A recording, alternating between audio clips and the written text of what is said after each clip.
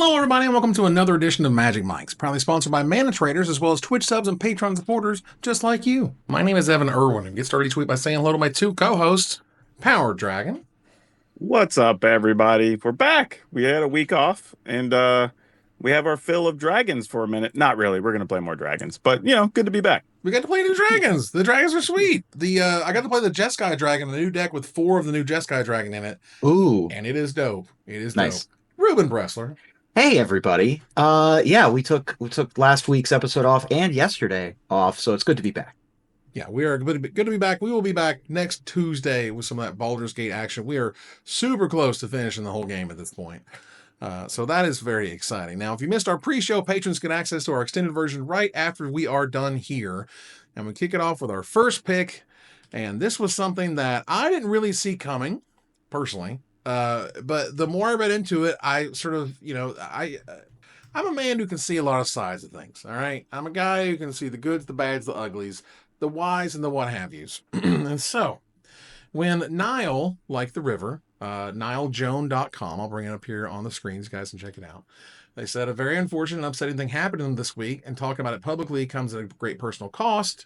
Sure. TLDR, WotC pulled the ad they made on all platforms due to the comments said ad received. Nile is a trans person. Okay.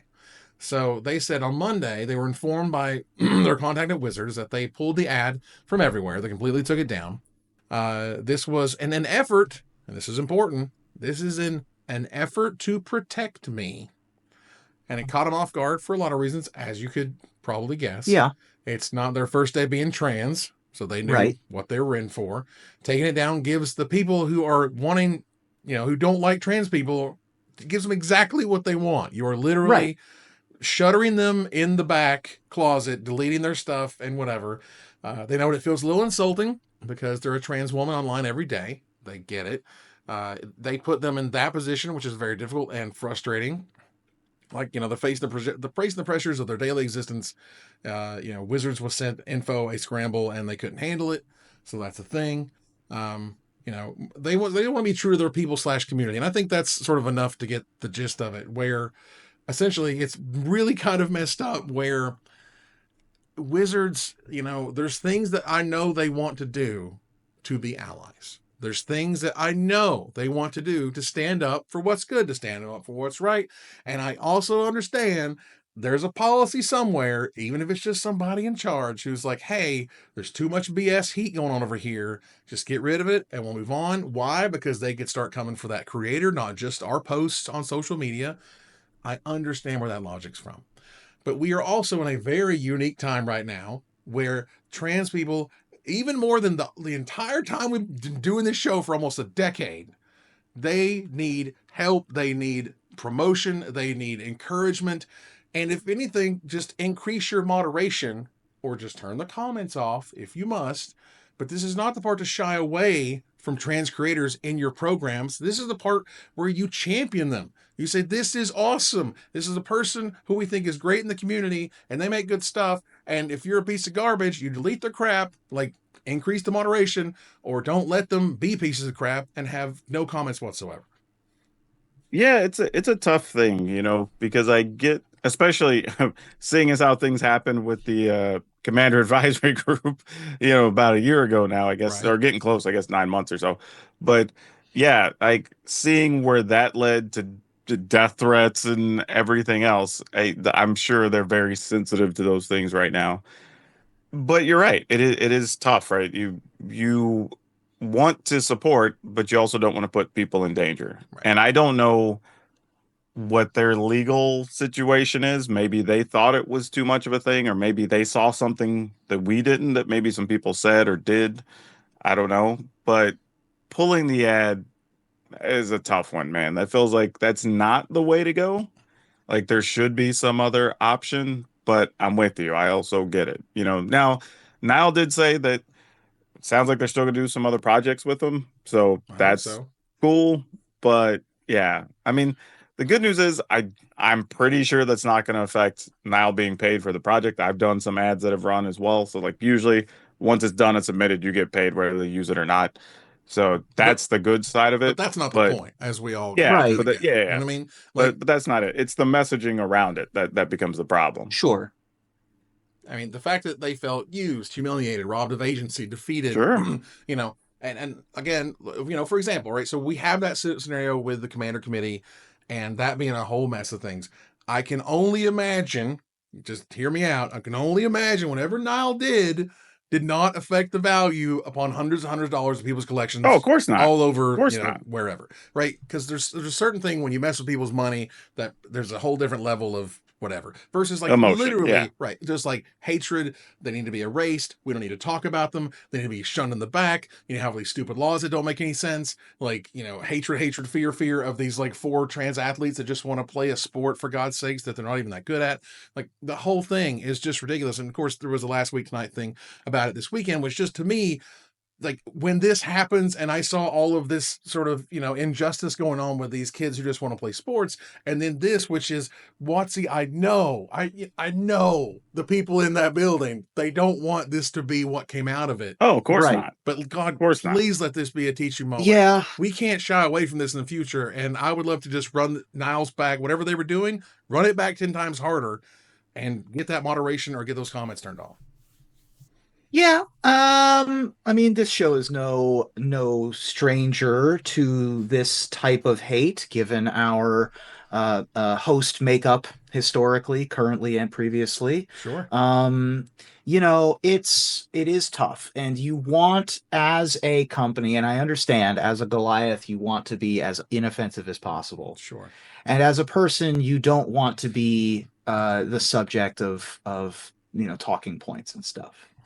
But at the same time, it's like you're not gonna break any barriers or win any fights by not fighting, you know? Yeah. And yeah, it's frustrating, and I feel for Nile, and I would prefer it if this were not the case, but here we are.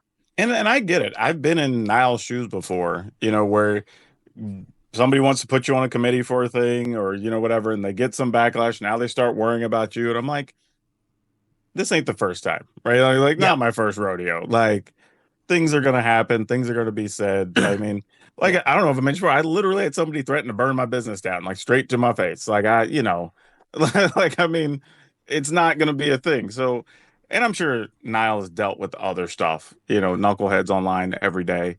Like, at least, I would say, at least consult with the person who's the subject of the video first. Yeah. Right. And if they Yes. feel they're okay with it or they don't want it, then like, cool. Then you don't need to defend them. And then you've at least at that point done your due diligence. You have offered to do the thing. If they don't want to, cool. Then I feel like even if there was a legal concern for some reason, you've at least now absolved yourself of that, you know? I So don't want that's the way I would have went. Right. And I don't want to harp on it too much, but what I would say, just to wrap it up here, certainly sort of what Ruben noted, I feel incredibly lucky as a white dude in a very red state who never really encountered a trans person in their whole life until Aaron showed up. And I am lucky for the education that she gave me over the years, like what the hell's presenting, you know, fish or whatever. Yeah. You know, which is awesome because she's great and she's hilarious about it. Like, you know, the Maverick Girl, the people who have been in my life who are trans people who are like, they're wonderful, awesome, normal, regular people, and this BS about kind of putting them away and deleting their stuff, it can't be the modus operandi. Not right now. Like it never was, but it not right now. Like trans rights or human rights, there's Sure. no joking on that. All right, let's move on here into Gather the Townsfolk. Thanks to our sponsor, Mana Traders. I got Mana Traders right here. The best tool to enhance your Magic Online experience. Use the code MagicMikes_54P. That's 54Peter for 10% off your next subscription with Mana Traders. I will perpetually be 5-4 Peter, huh? 54P is in Proctor? I don't know. Help. I mean, I'd play a 5-4 Peter in limited. There you go. Not that there's anything wrong with that. Okay, look. No. 5-4 possum. We Yeah. we weren't Great. here the last week exactly to speak about the ban restricted announcement that showed up on the 31st. There's not a lot to say. I think certainly towards Standard and Pioneer, nothing changed. I think that might be something in and of itself, but we'll get there. Let me bring it up on screen so you guys can see it if you're checking out on the video. Modern, they banned Underworld Breach. no one is surprised that deck Yeah, was it broken. literally was like 6 of every top 8, so whatever. Yeah. In Legacy, they banned Sowing Michael Spawn. Yeah, that was a weird one. Why? What was this thing doing? Yeah, I mean, it was destroying lands is what it was doing, or exiling lands is what it was doing. But it was you're trying to keep the Eldrazi deck in check, like, and that's fine.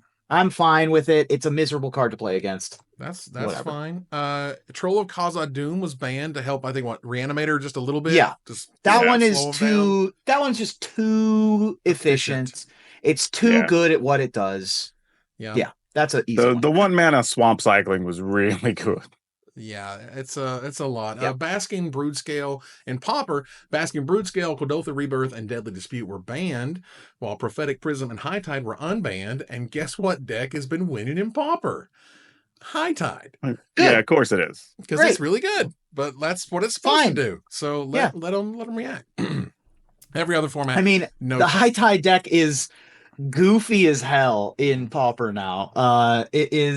It's a splice onto Arcane deck with the splice onto Arcane mill 4 cards card from Modern Horizons, and the tap or untap a permanent one from the original Kamigawa. Original Kamigawa. Wow. And then Reach Through Mists and Peer Through Depths.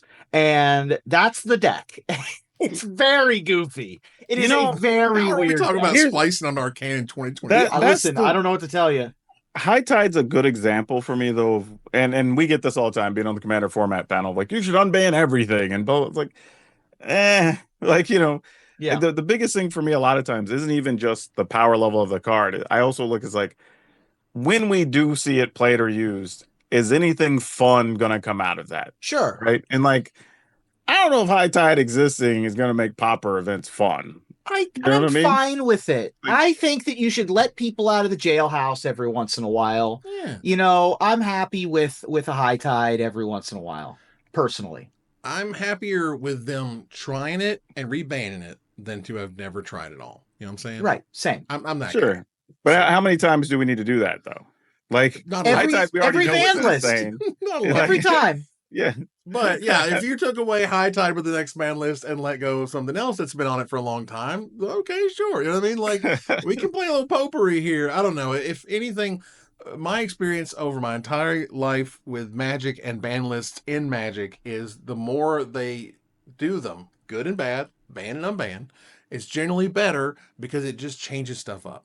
It makes you think differently. It changes the deck, archetypes and what people are preparing for, and usually is a good thing. Now, obviously, you don't want the market to go stupid every time or whatever, but barring when you ban Jace the Mind Sculptor and Stoneforge Mystic, which is stupidly rare, banning stuff and unbanning stuff, I'm okay. Like Splinter Twin got it let out. We get like 6 sets a year now, so we got enough changes. Well, that's another thing that was kind of brought up by some people who were like, well, some of these B&R announcements are kind of spaced out a very long time. Awkwardly.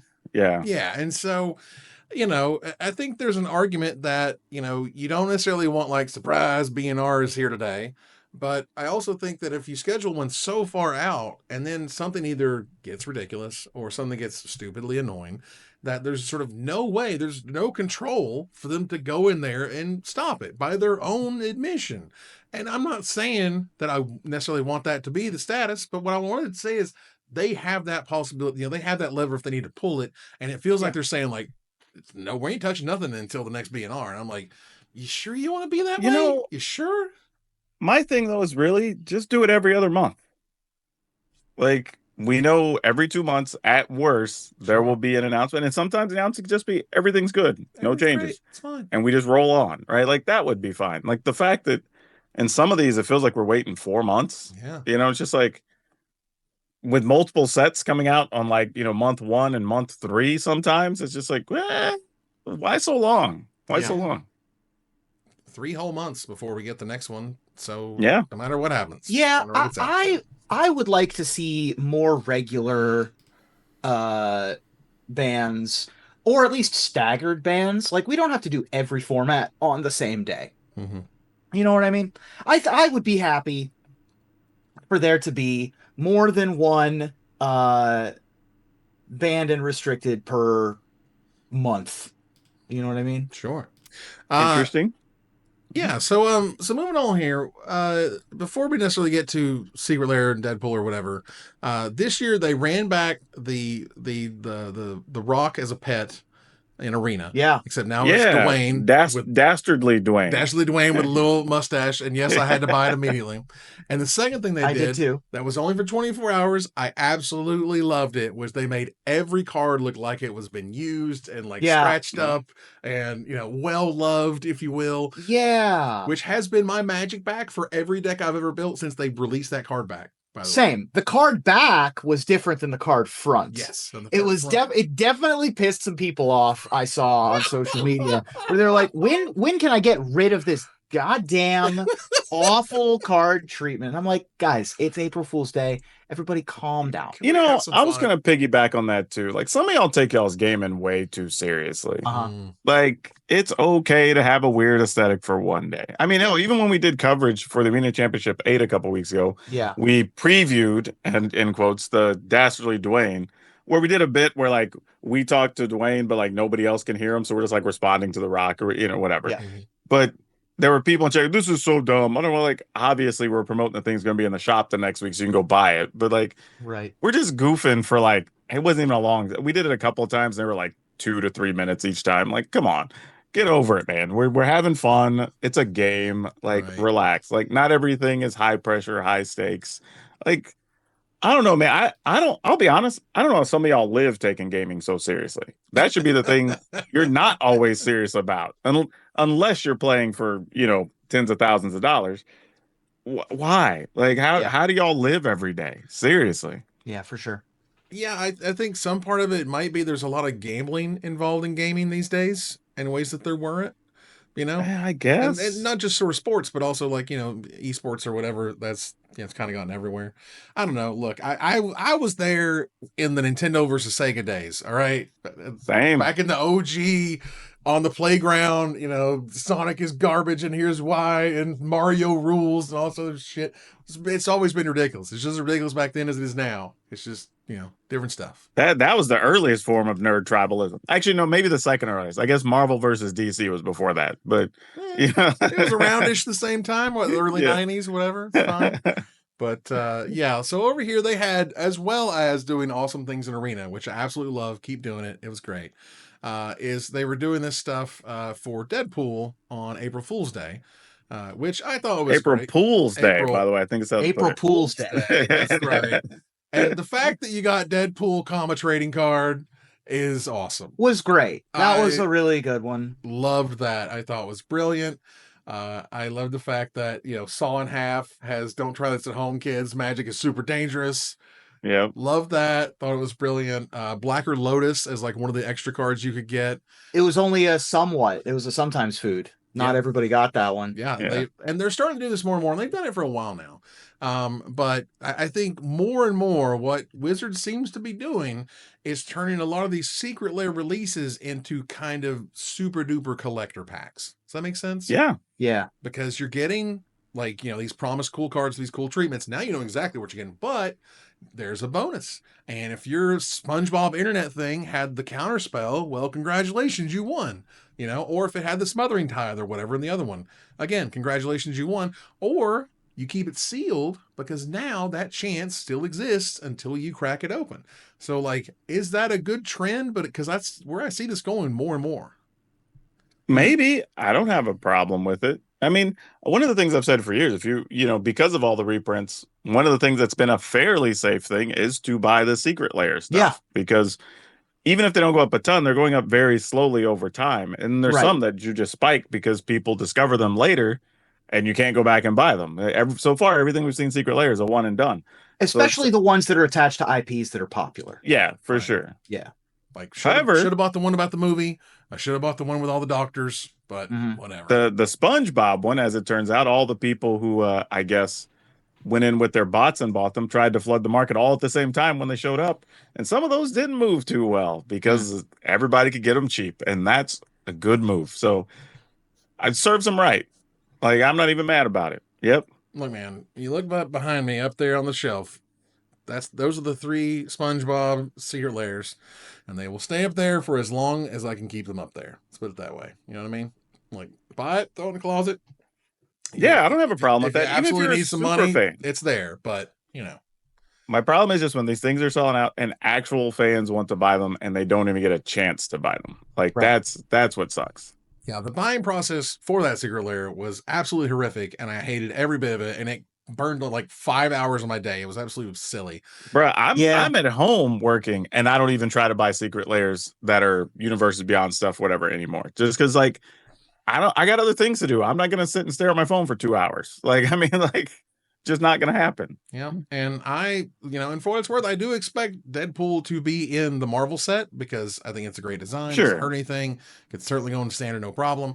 Well, I mean, it's a Spider-Man set, so they'll probably find a way to cram them in there. I think so, or just another Marvel set. They can do all sorts of cool stuff with that. But yeah, either way, I just thought it was a great little bit. Fun stuff, deadly Rollick having him on the back of a unicorn, which was brilliant and fun and flavorful. That's what I'm expecting coming from Marvel stuff. We do have a comment in the chat that it didn't go out didn't sell out for 7 hours, and that's fine. Like, my argument is it's not fine because that's not long enough for somebody's work shift. Like, if somebody goes to work at 9 o'clock and then it goes live within an hour of them going to work, they may never have an opportunity to get on and buy it. Like, it sucks, but like, it needs to be a full 24 hours. And now the Maverick Girl makes a great point where the non-foil versions of this drop are going to be available at participating WPN stores, the Wade's Pool which network, is great, which I thought was really cute. That's very good. Wade's Pool network. But yeah, the WPN network is going to have them, and that's great that we're in a from the vault situation at that point. And high five, that's great. You should definitely do that. Support your LGS.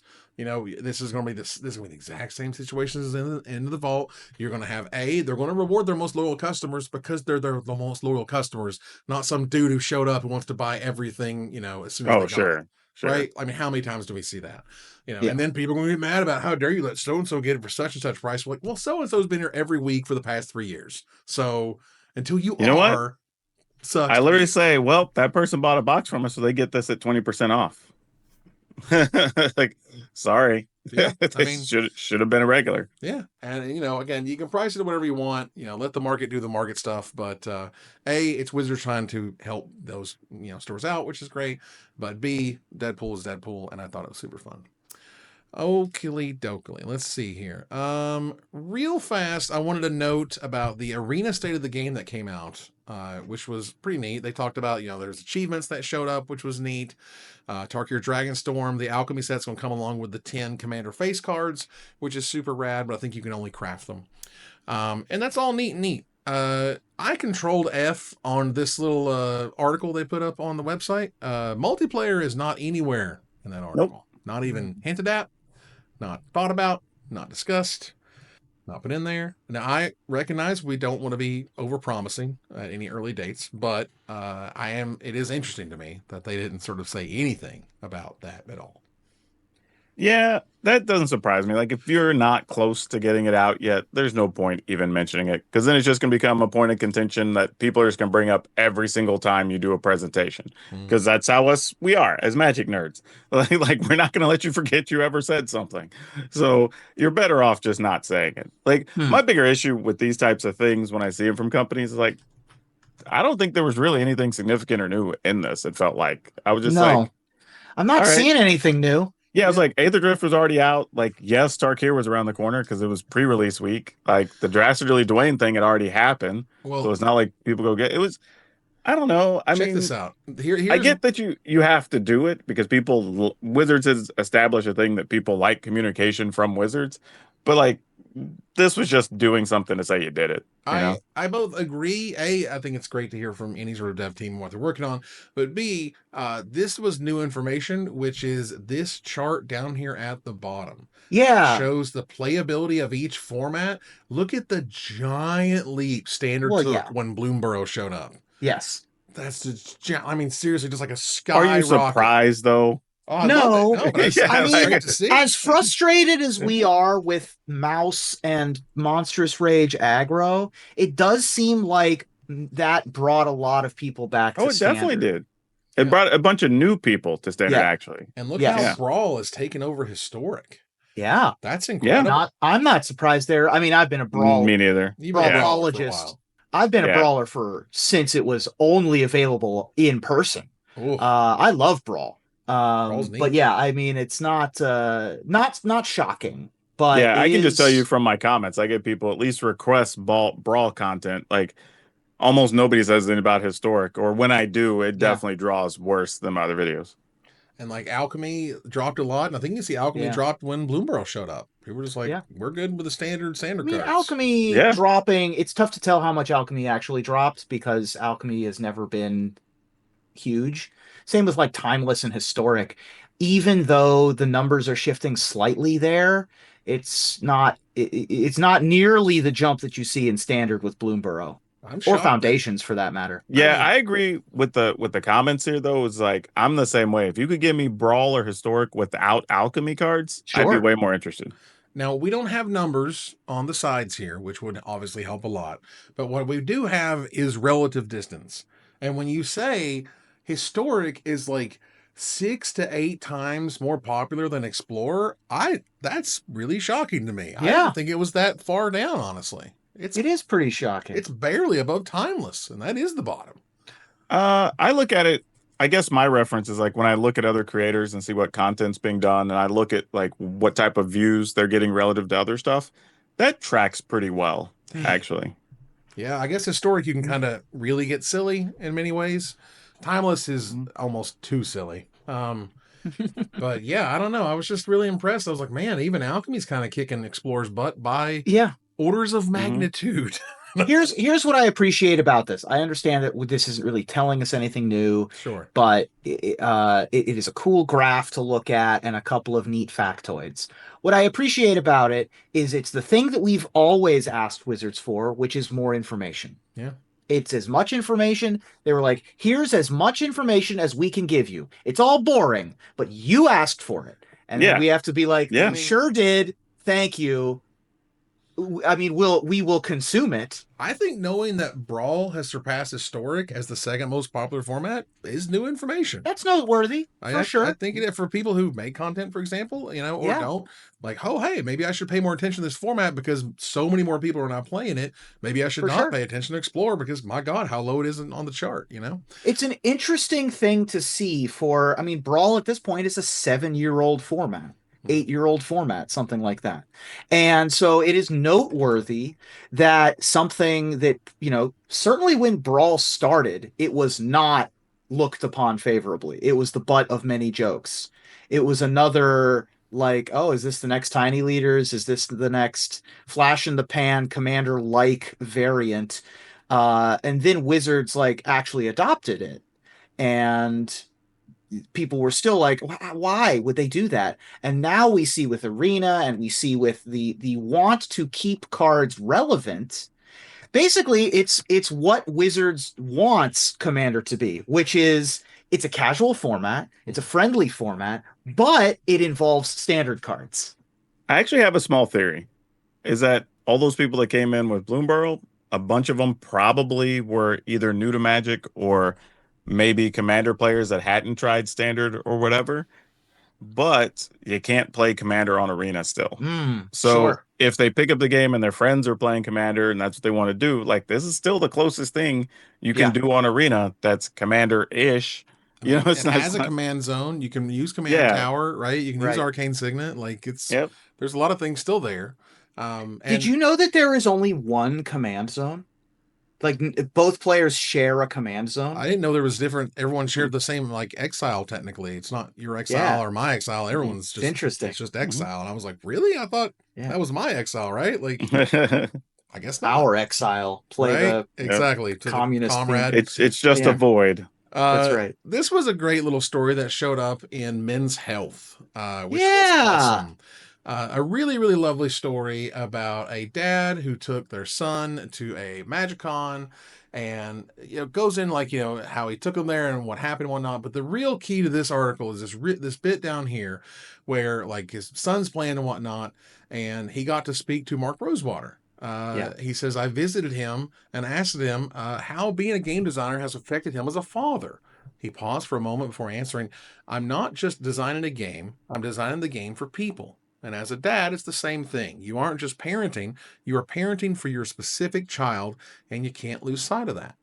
And that was just beautiful and poignant and as cool and as awesome as I've ever heard from Rosewater, and as cool as and awesome I've seen from an article from a quote unquote normie about what it means to connect with your son over Magic. Yeah. This article meant a lot to me because I was the kid. You know, I started playing Magic when I was 12 years old, and I was a small 12-year-old. I was, half the size and a third the age of some of these men that I was playing against or with. And my mom was the reason why I was able to play Magic, was she would come to F&M and stay at the shop and be knitting or working or doing something in the corner until such time as the men in the store, getting a little misty about this, basically went up to her one day and were like, "Hey, Mom, he'll be fine. You've been here for 6 months. You don't have to come every time."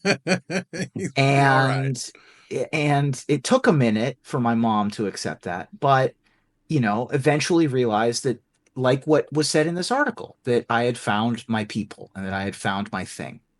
And it's the first piece of, like you said, normie content. It's the first piece of something that maybe one of my relatives that doesn't understand Magic might look at and go, "Oh, I see.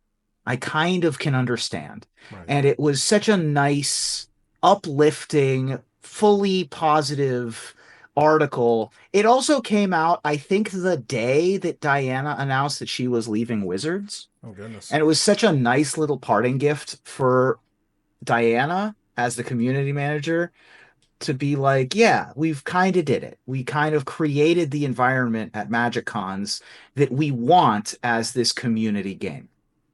I think that's a thing too, that a lot of people just may not understand about a lot of these events, is they do attract a very wide range of people. You know, we've talked about it before, just being in Chicago, like all the different people we met, from people who'd watched this show for 10 years or whatever, were excited to be there. And then people who had no idea who we were, and they knew all the new creators or whatever, right? We see, hell, a good example is if you walk around Gen Con now, like you see people showing up on the Thursday and the Friday after work with their kids in a stroller or on their back, and they still got their like tie and jacket on or whatever. Yeah. Mm-hmm. You know, it's like you're getting a wider pool of people coming and checking out these events and seeing what's going on and just being immersed in the whole thing. So there's a purpose to all of this. Like, it may not be for you, and you may think like the conventions are a waste of time or money or whatever, but there's a reason they're selling out constantly. Well, You know, the fact that they are like not just selling out, they are the largest events of all time. We're talking about these giant, Vegas was the greatest. No, it's not. Chicago is now the greatest. And it's not. Literally, almost everyone is just the new high watermark. Right. It is, and it's like not even close. And so, when I come from a background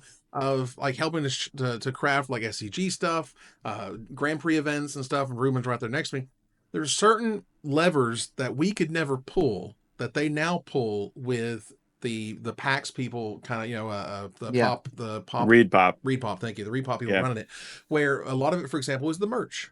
And the merch giving you a certain promo card if you spend so much. There being unique secret layers that you can only get by walking around and running into an employee or whatever. They have all of the infrastructure for the people who are vending to help advertise their booths, and the sort of the packages that you can buy, and the way that they have all that wrapped up is way more sophisticated than any independent organizer has. And so there's clearly a better collaboration from Wizards, and that's great. But there's also an underlying sort of structure there that they can build off of, thanks to PAX, that they can slot Magic in and make Magic awesome as a result. Wizards is here to help sort of fund it and make sure it it goes well, and all of it just works fantastically well. And so there are benefits to going above and beyond independent organizers, as much as I enjoyed helping being one. And I think this is it, is we're seeing, when you go to the big boys, and we're here with the people who run some of the biggest events in the country every year, you're going to get some of the biggest Magic events in the country every year. Oh, I tell people, like, I know And the world. if you've been to any of these big events, you've probably had some issue with something Reed Pop has done or how they organize something or whatever. But right now, they're still one of the best and biggest in the game as far as doing, 20,000 plus people events. Sure. They're it. And we did a little bit of an autopsy on Chicago after Chicago. Right. But the big takeaways from Chicago for me, in addition to it being we're adding the D&D content creators and we're adding the D&D content that's available at the convention, beyond that, because that I could talk about that for half an hour, is the willingness to accept feedback of what went wrong at previous events and trying to fix it. Not succeeding all the time, but trying. Trying to make the lanes wider, trying to expand the rooms a little bit so that we aren't putting the panels in the same room as the loud tournaments, trying to give the booths that are selling and buying cards a little bit of a different feel than the rest of the convention. So, they are doing, they aren't perfect. Running events is hard. It's hard. And they have room to improve still, but they're trying, and that's all you can really ask for. Kind of related to the article, one of the things that Wizards has done for the last couple of MagicCons is have a parent and family area. Yes. And each time they've added something more. So there's like coloring stations, there's beanbags to chill out, relax. This last time they did a thing I was asking, like, what y'all should do, because you have all these artists here, and they do basically art classes. So they have an artist up there saying, okay, we're going to draw a fairy or a dragon or whatever. And everybody's sitting down at tables and they have their little booklets and, it's a whole thing. And I was like, man, that adds so much more to that environment that families can walk away with, especially if you're the kid or the spouse or whatever that's only kind of aware of the game or whatever. It gives you another engagement point, which is really big. That's amazing. Yeah. And they've continued sort of the bettering process, and I've been there behind the scenes talking to the Reed Pop people. Like, they take it 100% seriously. They don't want things to be bad. When they look back, hindsight's always 2020 when you're like, oh my God, I didn't expect X to happen because we did Y, right? Like, it's a manner of doing these things over and over. Sometimes the convention hall was different than they expected it to be or whatever. 1,000 different things could go differently, but they've always been on the right side of let's make it right, make it better. And then I think that's what we've seen it growing every single time. Yeah. All right. Last little bit before we move on, Desperate Ravings. Do want to note LRR Loading Ready Run just celebrated their 50th pre-release with Dragonstorm or Tarkir Dragonstorm. And they had Kibler and Miss Olivia to hang out and help do that over the last weekend. If you're not going to have Power Dragon, you can't do worse than the Dragon Master and exactly. And then going back to Ixalan, Ruben and I are right here. I want Lorwyn. Lorwyn's my home. That's my home plane. I got to make more stuff before they invite me again. But I definitely love the pre-release. If you're not watching the new season of Friday Nights, what are you doing? Yeah, what are you doing? Honestly, best television show that is free. That's on the web. Yeah. It's on the web or on television, unless you're paying $5 to $15 a month for White Lotus or, Severance or your Dropout subscription, which all those shows are great also. It's the best thing that you can be watching, and it's so well made. And they're, they do such good work, and they're such nice people. And 50 is a huge number of anything, much less pre-releases. I mean, people think I'm just joking when I talk about how nice they are, but like, dude, to a person, that whole team is just like, I thought I was a nice person. Yeah. And then I hung out with them and I just left thinking like, man, I'm a trash human. I thought I knew. I didn't know what being nice was. and for me, knowing sort of the stress of having some sort of new person that you sort of never met or hung out with and having to host those people every few months, like, it's a stressful thing, and they handle it with incredible grace. It's crazy good. So more power to them. Fantastic. Let's keep those pre-releases going, Wizards. Thank you very much. Yeah. Move on here to some Desperate Ravings. NRG, tell us a little bit about Nerd Rage Gaming catching a cheater. Yeah, so there was a guy, Connor something or other. I don't know why I'm forgetting his name here. Pattinson. Yeah, Pattinson. He was caught cheating in a top 8 of one of their recent events. And NRG, for the people who don't know, they run a bunch of big cash tournaments all year long. Right. So not getting to play in their events is gonna suck for him. But anyway, he was on camera, and many people have dissected this. I'm sure if you look around the internet, Pleasant Kenobi had a real good video. I think Saffron Olive also did one. So there's a few breakdowns, but basically, the dude had a very detailed, premeditated plan where you can clearly see he had extra cards and matching sleeves in his lap with the different camera angles. You can see there's something off the table that he's switching during the game, like a card in his hand that probably shouldn't have been there. Like there's a lot of little things happening. So after investigating, they ended up disqualifying him from the tournament. He didn't get his cash prize, which is kind of what happens when you get disqualified from events. So nothing new there. But one of the cool things they did is they got with his opponent from the round he got disqualified, and they selected a charity for the money to go to because they said they didn't want to keep it. They still wanted to give it away because it was already earmarked to be given away. So they picked the 988 suicide hotline to give it to, which was very cool. But they know, right? They know that look, if the player, the cheater got a promo card, they can't go take it back. That ain't gonna happen. But any prizes due to them are not awarded. And the prizes don't get redistributed. They're simply not awarded. And that includes the NRG points. They have their own, system and league and whatnot. But these points have a dramatic impact on a high dollar competitive event. That includes a Pro Tour invite and whatnot. And as for, the prize itself for the money, well, they got to instead distribute that somewhere else. And that's just an incredible, way to do things. I love this procedure. I love this policy. I think it's fantastic, and they should keep it up. Yeah. And the dude is banned for life from all NRG series events. And it sounds like a couple of other TOs have been notified. We'll see if they also ban him from other things as well, because there was a discussion where I guess somebody is local to him and they believe he may have played already in some small event at a local store to try to get qualified for a regional championship. So we'll see what happens from there. Yep. And no matter what's happened over the history of all the Magics, if you cheat, there's no respect for you. If you cheat, your name is mud. You can't get it back. You can't fix it. You will always be attached to that, no matter what you do the rest of your entire Magic playing existence.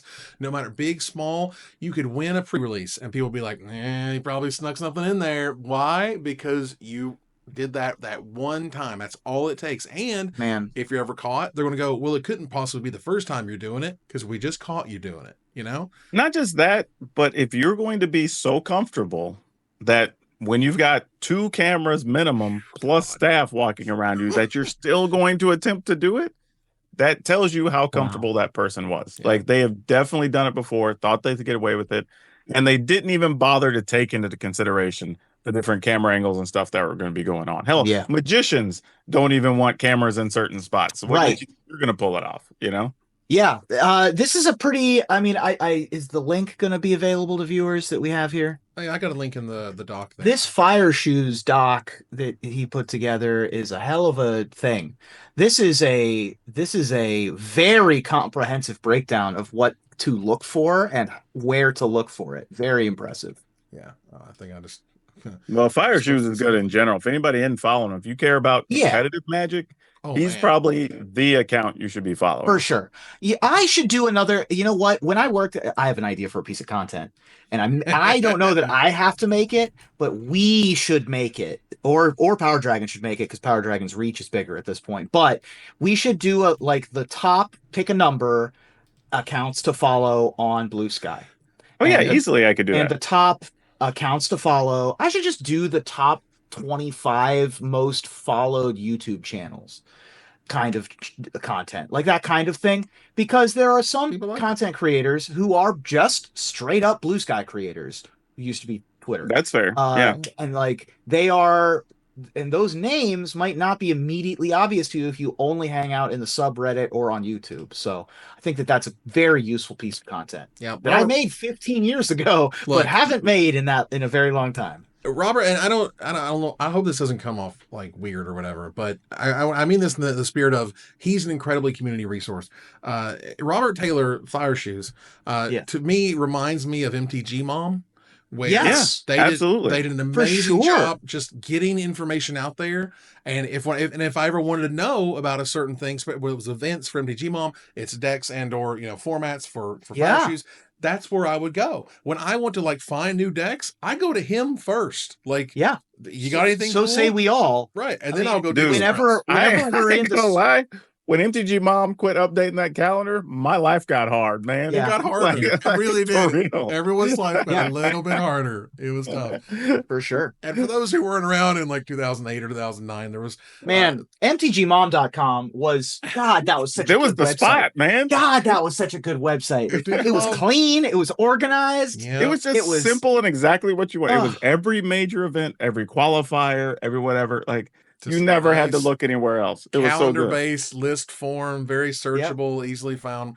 So that was a community resource that existed for many years, and unfortunately, they had to go on, do other things in their life. And so, while Fire Shoes is here, for God's sakes, follow, appreciate, send a thank you tweet, Blue Sky app. I don't know what they call it, a B-Sky, a post, or something. Yeah, a skeet. But honestly, we aren't going to call it. We're not doing that. He should have significantly more followers than he has right now. He really should. So he should be over 10K easy for all the number of people that are trying to go to RCQs and playing these big cash tournaments or whatever. That's the guy you should be following. Yeah, exactly. So move on here real quick to some going infinite, some what might be's, what could be's. Well, on the Blogatog Tumblr, on Mark Rosewater's Tumblr, someone said, hey, what planes are we likely to return to? What most likely to return to in a premiere set in the future? Planes that are more than a year old that haven't seen a return are Alara, Ikoria, Kaldheim, and Capenna. And he says, okay, from most likely to least likely, Ikoria is the most likely, then Kaldheim, then Alara, and at the very end, the least likely is New Capenna, which I thought was interesting. Yeah, I find that annoying. I don't like his order. But here we are. If the New Capenna added cops, it would be amazing. But or if we went to Old Capenna. Old Capenna would also Old Capenna again. Old Capenna lore is dope as hell. It would just be Capenna. Yes, just classic knightly order Capenna. Look, with the same mechanics is kind of dope also. Right? Just make it like the Untouchables, right? At that point, Old Capenna is the 1940s, whatever, the old gumshoes and whatnot. Do whatever you got to do to help sort of make it work in the world. But Capenna has such awesome possibility. Honestly, Murder at Karlov Manor probably should have just been on Capenna. But I'll still Ikoria, I don't care about Ikoria. I mean, I'm excited about my issue with them. I liked it. I guess from design standpoints, Ikoria is going to be a little tough because people are going to want more mutate stuff or whatever, and they've already done a lot. So I don't know what you do with that. Kaldheim still has whatever the extra. There was Kaldheim I'm most interested in. Yeah, there was a whole section of stuff we never addressed. Yeah, so there's still a bunch there. Capenna's still the newest of them, I guess, and I guess maybe they don't know what they would do with it yet. I would imagine they probably have to work that out. But Alara seems like you have plenty of time. So Alara, you should just do. I mean, Alara looks super great. But yeah, as for Kaldheim, I think we discussed this even back when it was around, when it was new, was they had some sort of flavor, some sort of lore that was behind the whole plane, and no one cared. It just didn't come up at all. It was in a few card names or something and some flavor text, of course. But because I think we only explored 3 of the 10 worlds or something that make up Kaldheim or something like that. I don't know. Yeah. I think the most interesting thing to me here is that Alara beat out Capenna, and both of those are faction sets. Those are the 3-color arc sets. And the wedge set that we just had was the first 3-color set that we had in a very long time. 2.5 years. Yeah. So New Capenna, right? Since New Capenna. Yeah. So, we don't get those a ton, but they're fun when we get them. So I'm hoping I would like to see it. Whatever, man. Barring the busted cycling deck, right, and barring the huge mistake which was Companions design at the time, I would really be interested in seeing what Ikoria looks like. I had a good time with it. The set was super high powered, very complex. I like my complex Magic sets. Mutate was neat. It was super complex to kind of read, but not that hard to understand once you kind of played with it and kind of came and went with no problem, in But my opinion. if we It was want alright. big animals, I want Zendikar, and if we want dinosaurs, I want actually dinosaurs. I don't care about whatever this is. Personal. I mean, we'll I'm a figure it hater. out. I'm a big Ikoria Clearly, hater. we got haters. It's fine. It's fine.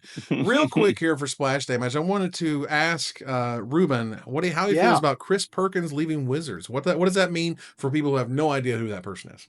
Chris Perkins was at Wizards of the Coast as a designer and or lead designer of Dungeons and Dragons for the last 28 years. Oof. He is on the Mount Rushmore of Dungeons and Dragons designers. He used to write into Dungeon Magazine with stuff like Mark Rosewater used to write into Scry. That's a pretty good estimation, actually, is that Chris Perkins is pretty close to Mark Rosewater in terms of importance level. The only difference being is there have been other Chris Perkinses and there will be other Chris Perkinses, Right. whereas it's unclear who's going to be Mark Rosewater other than like Gavin after Mark Rosewater, right? He was writing into the magazine when he was 15. He's been in the driver's seat for 20 years. Right. He's the guy, who designed fourth and then fifth and then 5.5, which is the 2024 rules update. He oversaw as Dungeon Master the Penny Arcade Expo Acquisitions Incorporated explosion, which instigated the new live stream potential of Dungeons and Dragons and has also been going on 15 years. So it's tough to underestimate how big of a deal it is that Chris Perkins is not going to be at Dungeons and Dragons anymore. Yeah, imagine he's going to be getting to enjoy a nice little retirement if he wants it. 28 years, lead jobs. He probably put a little money away. Probably had some vested interest there along the way. So, yeah, good for him. Yeah. I mean, he's still a young man too. He's not retirement age. I mean, he's like mid 50s or late 50s or whatever. But hey, dude, that's everybody up here in the Northwest that got in with any of these big game companies or tech companies. Like a bunch of them. Hey, there's some early retirees up here, bro.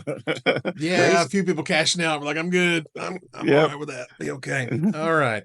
Let's turn the corner now here to the finisher. Tarkir Dragonstorm is now live on Arena, Magic Online, and soon your favorite friendly local game store. So now the storm count is at 1. Tell me, what's the thing you're looking forward to most with the new release, Ruben? Well, one thing that I think I like best in the new set is the cool one-off like cameo keywords that we're getting. There's one card with Delve. There's one card with Landfall, one card with Storm, one card with Decayed, and one card with this is the best card in the set secretly. But just like every set for the last 3 years, there's no way to know which uncommon that's going to be. That's fair. Sometimes it's a rare, most of the time it's most of the time it's a one-drop mouse or like a spell exactly. Or like who knows? Something. Power Dragon? Well, obviously, I love dragons. It's on brand. And this is the most dragon heavy set we've had in a Magic set in hell, probably at one time ever. And that's what I'm looking forward to the most. Just actual dragons in my dragon set. Which, sounds obvious, but I've lived through that whole tease that was Dragon's Maze, and we all know how that went. And for what it's worth, they didn't have the name Dragon's Maze when they were designing the set. Sure. But then they gave it the name, and it's awkward. I get you. Yeah, right, look, still bad, though. It's still bad. I love new sets. They are so excited to see what they'll do with the new formats. So I'm excited for Dragonstorm because more cards are going to be playable in CDH from Dragonstorm than in Standard. Ew. Yikes. That's a take. Sorry. Yeah. Sorry. I don't know. I mean, like, there's going to be 2.5 cards plus commanders. So, I mean, 3-color sets are good for CEDH. They are very good for CEDH and fun for those who like to play Standard for fun and not just play mouse after there mouse you go. after Monstrous Rage. And that ends another live episode of Magic Mics. Thanks for joining us here to discuss all things Magic. Thank you, Power Dragon. Hey, it's always good to be here, and I'm going to head off to play more dragons. Hell yeah. Thank you, Ruben. Hey, Lorcana banned a mouse, so one of the games got it right. Wow.